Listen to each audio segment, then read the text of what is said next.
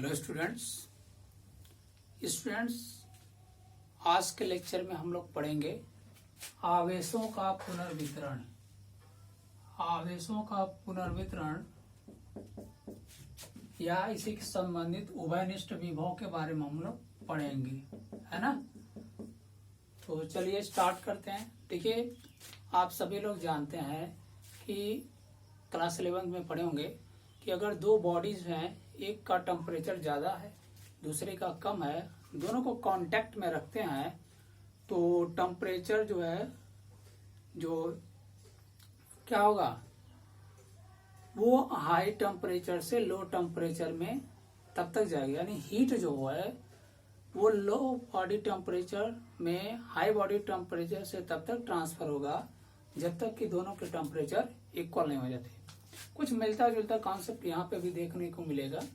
देखिए, आवेशों के पुनर्वितरण यानी आवेशों का वितरण कैसे होगा और क्या होगा, कितना होगा, ये सब हम निकालेंगे और इसमें एनर्जी का लॉस क्या होता है ये भी हम लोग देखेंगे। तो चलिए देखिए, इसके लिए हम क्या करेंगे, मान लेंगे, माना दो गोली चालक लेते हैं ए व बी। दो गोली चालकों ए व बी जिनकी धारिताएं क्या है, C1 व C2 हैं, को विद्युत रोधी स्टैंड की सहायता से रख दिया जाता है ना, कुछ डिस्टेंस पे। दो गोली चालक ए व बी जिनकी धारिताएं C1 व C2 हैं, को विद्युत रोधी स्टैंड की सहायता से इन्हें क्या कर दिया गया, रख दिया गया। अब इसके बाद देखिए क्या होगा स्टूडेंट, अब इन गोली चालकों को आवेश दिया जाए। अगर पहले गोली चालक को Q1 आवेश दिया जाता है तो इसका विभव जो है V1 हो जाता है। दूसरे गोली चालक को Q2 आवेश दिया जाता है तो इसका विभव V2 हो जाता है। ठीक, अब इनको आपस में जोड़ा नहीं गया है तो जितना ये टर्म हमने बताया इसको पहले हम लोग लिखते हैं क्या, कि सबसे पहले हमने माना दो गोली चालक जिनकी धारिताएं C1 व C2 हैं, को विद्युत रोधी स्टैंड की सहायता से रखा जाता है या रखा गया है। पहले गोली चालक A को पहले क्या होगा, पहले गोली चालक को Q1 आवेश देने पर इसका विभव V1, जबकि दूसरे वाले गोली चालक को Q2 आवेश देने पर विभव V2 हो जाता है। तो देखिए क्या मान लिया जाए, माना दो गोली चालक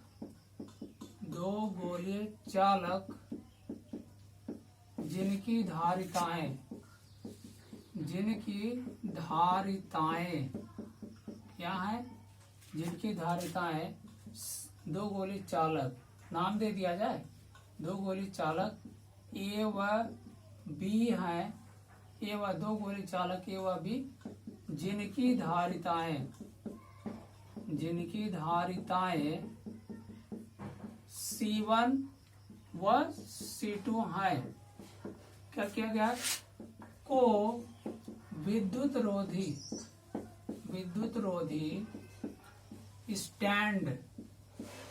रोधी स्टैंड की सहायता से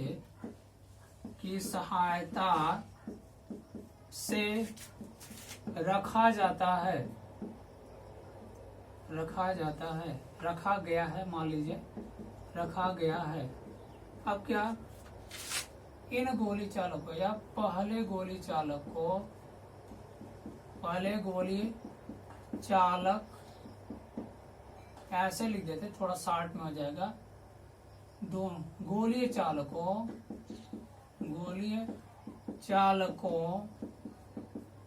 ए व बी को क्रमशः Q1 व Q2 आवेश देने पर इनके विभव क्रमशः V1 व V2 हो जाते हैं तो क्या हो जाएगा, Q1 is equal to C1V और Q2 is equal to C2V, ये हो जाएगा।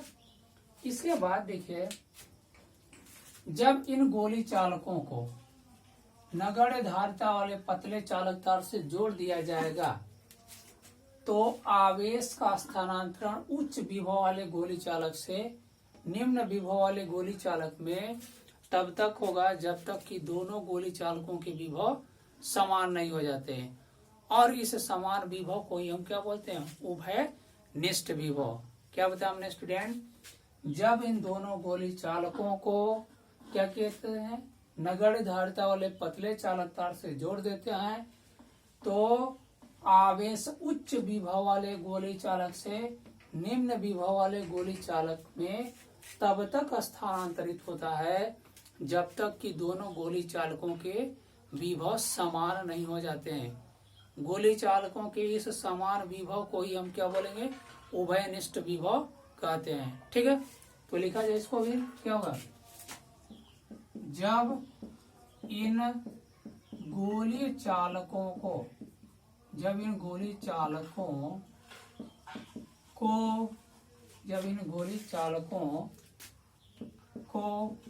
नगण्य धारिता वाले पतले चालक तार से जोड़ दिया जाता है तो क्या होगा? आवेश उच्च विभव वाले गोली चालक से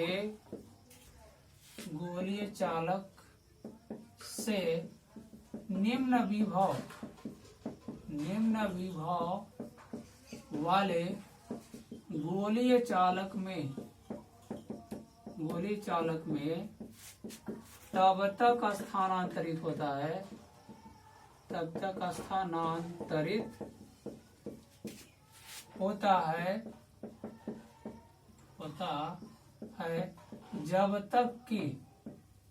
जब तक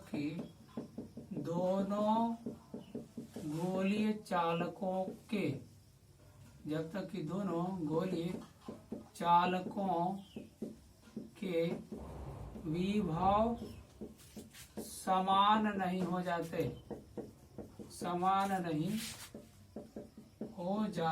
हैं। ठीक, आगे देखिए, आगे बोलेंगे गोली चालकों के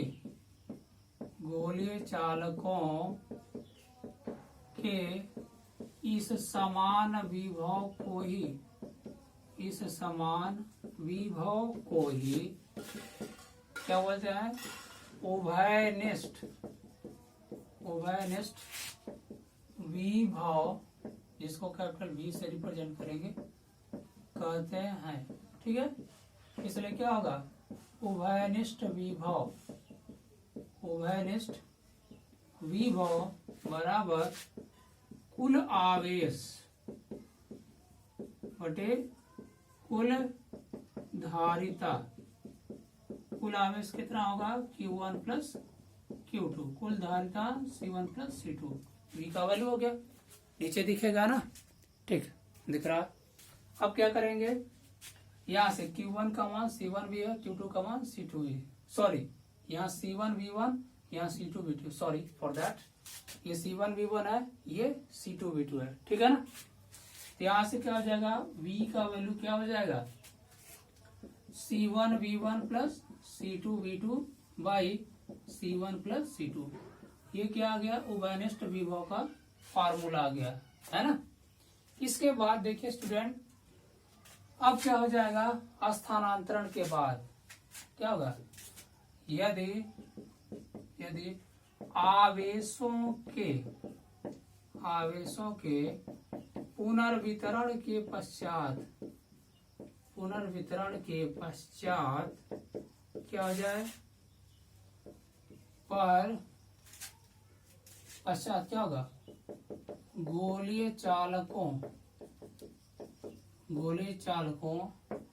A व B पर आवेश क्रमशः क्या होगा? Q1 डैश व Q2 डैश हो जाता है तो क्या हो जाएगा student? Q1 dash is equal to C1V। अब यहाँ भी होगा, वहां पे हमने V लिख दिया था, वो बाई मिस्टेक हो गया था। ये क्या हो जाएगा? Q2 dash is equal to C2V हो जाएगा।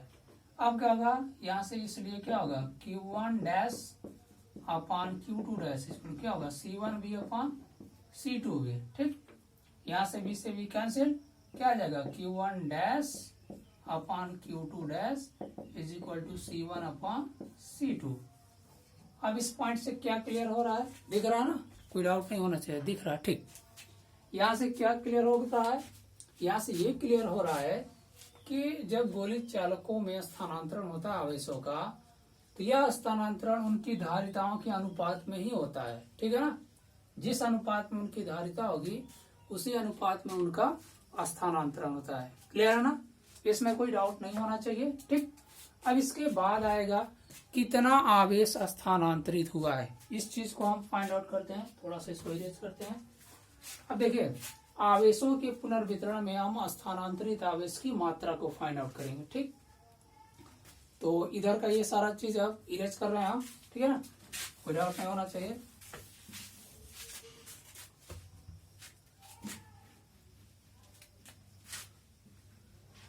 अब निकालेंगे हम लोग स्थानांतरित आवेश की मात्रा को।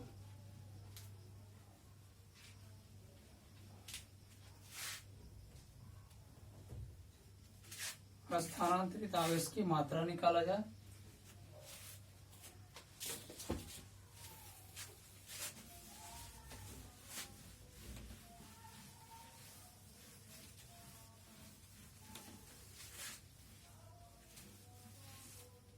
चलिए देखिए स्टूडेंट, स्थानांतरित आवेश की मात्रा,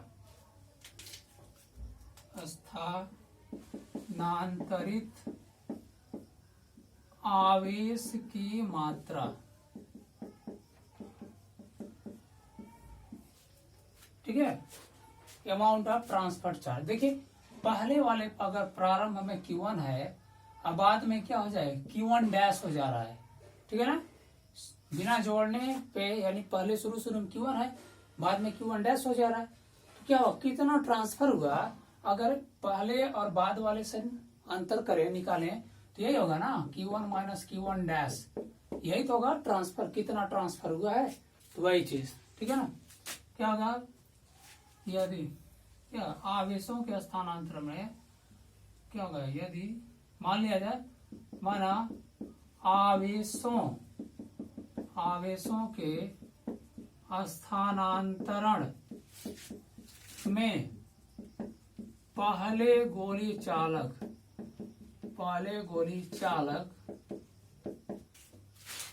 चालक ए पर आवेश Q1 से Q1 डैश हो जाता है तो क्या हो जाएगा स्टूडेंट? स्थानांतरित आवेश की मात्रा, क्या हो जाएगा?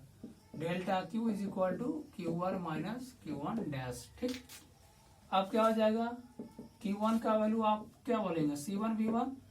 Q1 डैश का मान C1V होगा, क्योंकि Q1 डैश के बाद पोटेंशियल क्या होगा? स्थानांतरण के बाद दोनों का पोटेंशियल सेम हो जाता है, V और V। ठीक, क्या होगा? Q1 यहाँ V हो जाएगा। V का वैल्यू थोड़ा देर हम लोग पहले फाइंड आउट किए थे, वही वैल्यू लिखेंगे, C1V1 माइनस Q1। इसका वैल्यू जो है क्या होगा? C1V1 plus C2V2 by C1 plus C2। ये हो गया। इसके बाद देखिए, ये नीचे वाला टर्म यहाँ मल्टीप्लाई होगा, C1V1 into C1 plus C2 minus Q1, ये पूरा टर्म इसके साथ multiply, C1V1 plus C2V2 by C1 plus C2। ठीक है ना? अब यहाँ से क्या करिए? इनका गुणा करिए आपस में। C1 इस पूरे का इसमें गुणा हो, C1 स्क्वायर V1 पूरे का इसमें करिए, C1 C2 V1। अब माइनस है ना, ब्रैकेट खोलेंगे, Q1 से गुणा करते हुए जाएंगे तो अंदर का सब निगेटिव हो जाएगा, चिन्ह बदल जाता है। ठीक है ना? क्या हो जाएगा? यहाँ से अगर आप मल्टीप्लाई करते हैं तो सॉरी यहाँ पे ये C1 है, सॉरी ये C1 है, ठीक है ना, ये C1 है। यहाँ से क्या होगा, मल्टीप्लाई करिए C1 square V1 minus C1 C2 V2 by C1 plus C2, ठीक है। यहाँ से देखिए C1 square V1 C1 square V1 cancel, क्या बच गया C1 C2 V1 minus C1 C2 V2 by C1 plus C2। दिख रहा है कोई क्लियर, ठीक है दिख रहा है। इसके बाद देखिए यहाँ से C1 C2 इसमें और इसमें दोनों में है ना, कॉमन ले लीजिए C1 C2 कॉमन, क्या होगा V1 माइनस V2 बच गया, अब है C1 प्लस C2। ये क्या आ गया student, amount of transfer charge, यानी इतना चार्ज क्या हुआ, ट्रांसफर हुआ है ना, इसमें अब कोई डाउट नहीं होना चाहिए। अब इसके बाद देखिए लॉस इन एनर्जी हम निकालते हैं, ये ट्रांसफर चार्ज का क्वांटिटी निकल गया, ठीक है ना, ये फार्मूला हो गया ट्रांसफर चार्ज के लिए। अब हम लॉस इन एनर्जी निकालते हैं, ठीक है ना, ये भी इसमें कोई डाउट नहीं होना चाहिए। लॉस इन एनर्जी अब फाइंड आउट करते हैं। आवेशों के पुनर्वितरण में ऊर्जा में ह्रास, ये भी निकाल लें हम लोग, ऊर्जा में ह्रास, ठीक है ना, कोई दिक्कत नहीं होना चाहिए। ऊर्जा में ह्रास ये भी देख लिया जाए, ठीक। इसके बाद जो है हम नेक्स्ट पॉइंट डिस्कस करते हैं, बस थोड़ा सा और है, ये पॉइंट क्लियर हो जाएगा। ऊर्जा में ह्रास, ऊर्जा में ह्रास है ना स्टूडेंट। देखिए क्या हो जाएगा, ऊर्जा में ह्रास अगर निकालेंगे, गोलीय चालकों को जोड़ने से पहले, गोलीय चालकों को जोड़ने से पहले इनकी कुल ऊर्जा क्या होगा student, U is equal to U1 plus U2। U1 का क्या होगा हाफ C1 V1 का स्क्वायर, U2 का क्या होगा हाफ C2 V2 स्क्वायर।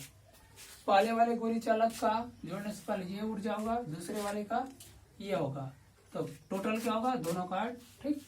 अब क्या, गोलीय चालकों को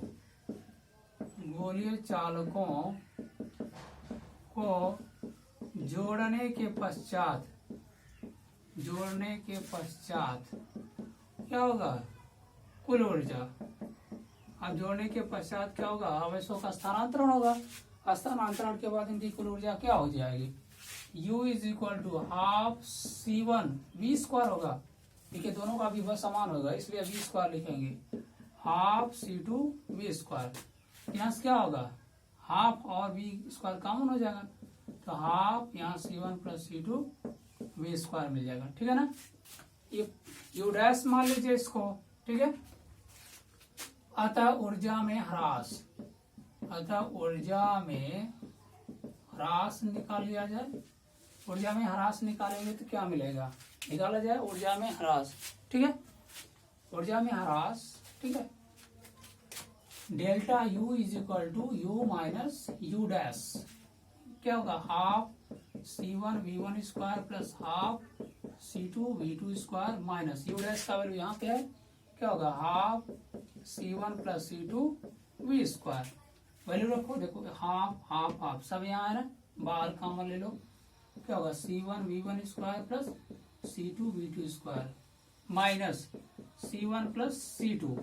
अब V का वैल्यू आप ऑलरेडी जानते हो, क्या C1 V1 plus C2 V2 by C1 plus C2, ठीक है ना। देखिए स्टूडेंट हमने क्या किया है, हाफ दोनों तीनों में है तो बाहर ले लिया, ये वैल्यू यहाँ, ये वैल्यू यहाँ लिखा और C1 प्लस C2 ये लिखा, B का जो मान है उसको यहाँ पे लिख दिया, ठीक है। नीचे एक स्टेप और आ जाएगा, हाँ आ जाएगा, चलिए लिखते हैं। अब यहाँ ये स्क्वायर है, क्या होगा half C1 V1 square plus C2 V2 square minus C1 plus C2 और स्क्वायर है ना, दोनों टर्म ऊपर नीचे स्क्वायर कर दीजिए, C1 V1 plus C2 V2 whole square by C1 plus C2 का होल स्क्वायर। एक पावर यहाँ से ऐसे कैंसिल हो गया, जो बचा उसको लिखिए। इधर के टर्म को हम इरेज करते हैं, ठीक है, ये सारा इरेज कर देते हैं, अब इसकी कोई जरूरत नहीं है।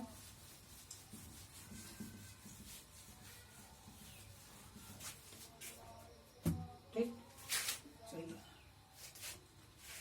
चलिए नेक्स्ट आगे लिखते हैं। इसके क्या होगा, हाफ यहां से C1V1 square plus C2V2 square plus ये टर्म लीजिए C1V1 plus C2V2 whole square, नीचे बच क्या है, एक पावर बच गया C1 प्लस C2 का। आप इस पूरे का एलसीएम लेंगे, पूरे का इन दोनों में मल्टीप्लाई होगा, कर दीजिए। हाँ क्या होगा, C1V1 square plus C2V2 square into क्या होगा C1 plus C2 plus whole square से इसको ब्रेक करो, क्या होगा C1 square V1 square plus C2 square V2 square plus 2AB वाला टर्म लिखेंगे 2C1 C2 V1 V2। दिख रहा है ना, कोई डाउट नहीं है, थोड़ा सा इधर नहीं दिख रहा है, चलिए यहाँ लिख देते हैं, प्लस ये हो जाएगा 2C1 C2 V1 V2, ठीक है ना, ये हो गया। इसको ऐसे थोड़ा सा लिख दे रहे हैं 1/2 यहाँ पे बाई ये C1 C2 नीचे रहेगा C1 प्लस C2, ठीक। अब देखिए स्टूडेंट इसका मल्टीप्लीकेशन करना है, ठीक है ना, मल्टीप्लीकेशन करना है तो मल्टीप्लीकेशन के बाद देखिए क्या हो जाएगा, यहां से इसको सिंप्लीफाई करेंगे तो क्या मिलेगा, यहां से सिंप्लीफाई करेंगे तो देखिए 1/2, देखिए क्या मिल जाएगा, इसका इसमें गुणा करो C1 square V1 square plus, अब क्या करिए इसका इसमें पहले वाले में मल्टीप्लाई करो, दूसरे वाले का पहले वाले में C1 क्या हो जाएगा C1 C2 और V1 का स्क्वायर, फिर अब दूसरे वाले टर्म में मल्टीप्लाई करिए दोनों से, पहले से इसमें करो क्या होगा C1 C2 V2 square plus इस वाले से करो C2 स्क्वायर V2 स्क्वायर, और इधर ब्रैकेट खोल दो। यहाँ पे एक मिनट, सॉरी ये नेगेटिव साइन चल रहा है ना, नेगेटिव है, सॉरी ये नेगेटिव चल रहा है, तो ब्रैकेट खोलेंगे तो अंदर के सारे साइन चेंज हो जाएंगे, C1 square V1 square minus C2 square V2 square minus 2C1 C2 V1 V2, ठीक है। अब आई क्या होगा C1 प्लस C2, यहाँ से देखिए C1 square V1 square C1 square V1 square cancel हो गया, यहाँ C2 square V2 square C2 square V2 square cancel, जो बचा उसको लिखो हाफ, क्या बच गया C1 C2 V1